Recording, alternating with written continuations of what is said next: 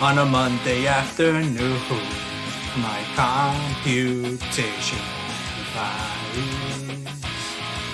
device. Hello, everyone. We're taking a break, a little detour from our usual shenanigans to read a work from someone else, and that someone else being me. I'm a little nervous about reading this. This is actually, how do I say this? Let me just get to the writing workshop. I saw these little booklets, and the person who ran the creative writing workshop I happened to be in uh, was the person behind those booklets. So one thing led to another. I wound up on three of those compilations, four autobiographical stories, one poem. This one is going to be a little long because I wasn't sure I would be doing any more. So it's not going to be as entertaining. It's going to be a little cut and dry. It's going to be you're not going to have do you want to be a man or a woman? You're not going to have going to Vegas or anything crazy like that. And you're not going to have too much of the crazy fun typos you've grown accustomed to. It's just going to have regular ass story. So, Spider-Man out of the way. Let's get to it. It was the summer of 2000, and I had just finished my junior year in high school. First of my many treks from my Newark, New Jersey home to New York's Fort Hamilton put me face to face with the Armed Services Vocational Aptitude Battery, or the ASVAB. I scored a 98 out of a possible 99, which meant that my boyhood dream was not just in my reach, but in my control as well. At the time, the Army boasted 212 different military occupation specialties, MOSs, and I was eligible for any of them. I was Uncle Sam's property for the next 4 years, 5 counting my senior year of high school, but I relished this control I felt I still had over my future. The recruiters threw the popular jobs at me first. You want to go infantry? Would you like to be a medic? I shuddered at the mention of either job, so I turned them both down without a second thought. As soon as they pulled out a binder with other offers, I knew I was going to have to think hard about my Army career. It was in Newark's Bear Stadium that I first met them. There's an exhibition softball game between the State Police of Puerto Rico, and Newark's own police department. There's a different environment from the previous in which I had met others, mainly high school cafeterias and the occasional GROTC. In school, the recruiters were easy enough to avoid. I knew they had a job to do, but I had classes to go after eating or friends I had to go see, so I never had given them much of a chance. The game, however, was different. I had no friends to escape to, and my own mother introduced me to them. Give them a chance, I remember her telling me. I did, and one thing led to another. Meeting them at the downtown recruiting station led to home visits, which led to a practice ASVAB, which would eventually lead to the real one and my eventual signing. I had what I thought were worse indecision issues than the average high school junior, so I found a way to make things easier on me. I was only going to enlist for 4 years. The option to re-enlist was mine in the event I'd want to stay longer, and I figured it would be hard to burn out at 22, so 4 years it was. The recruiters offered up some really cool jobs that I had to turn down because they had required a 5 or 6 year enlistment. The coolest one I turned down was working with computerized Apache helicopter weapon systems, but my resolve wasn't shattering so easily.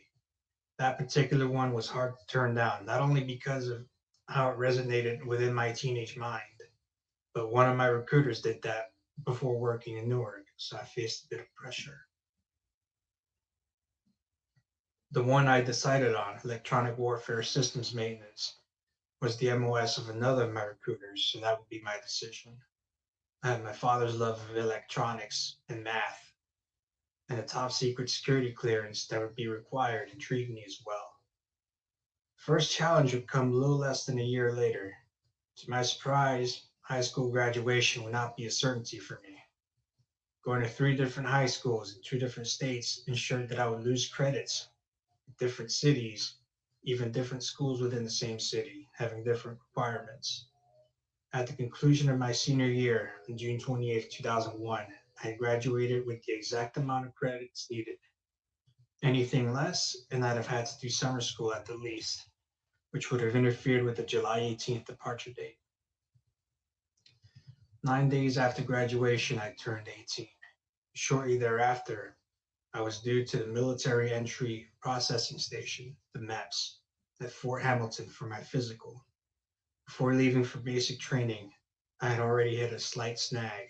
I was underweight. The minimum weight for my height and age group was 111 pounds, and I fell short by 2. After a big dinner and the bright idea to keep my weight in with a post-dinner bunch of bananas, I was able to barely exceed the minimum, weighing in at 112 pounds. The next day, I would swear in, and I'd be Missouri bound to basic training.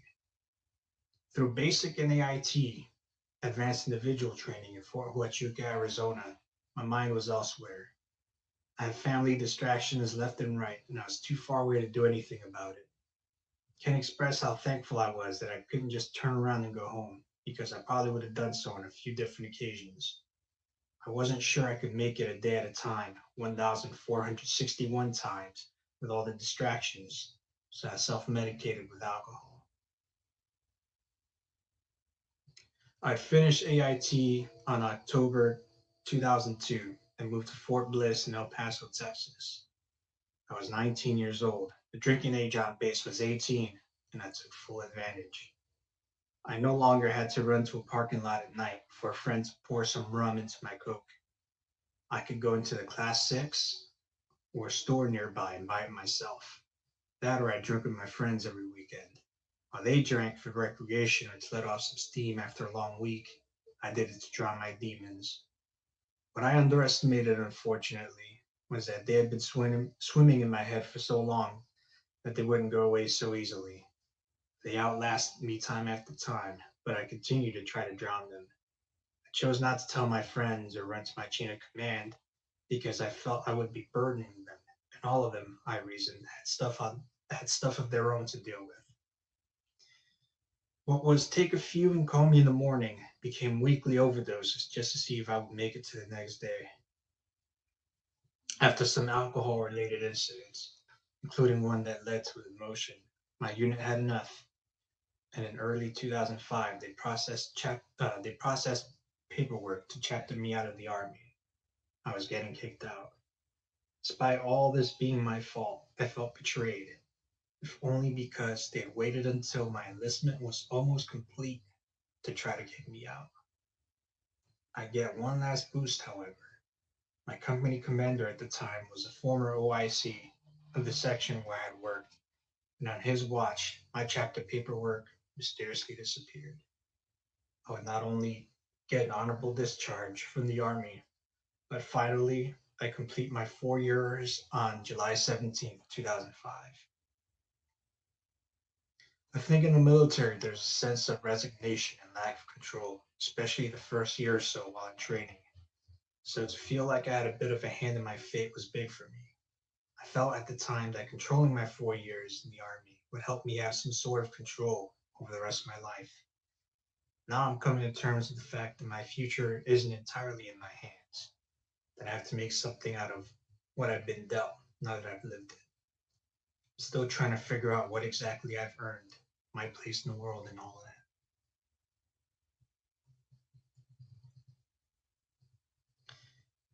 that. All right, I barreled through it. Sorry, wasn't going to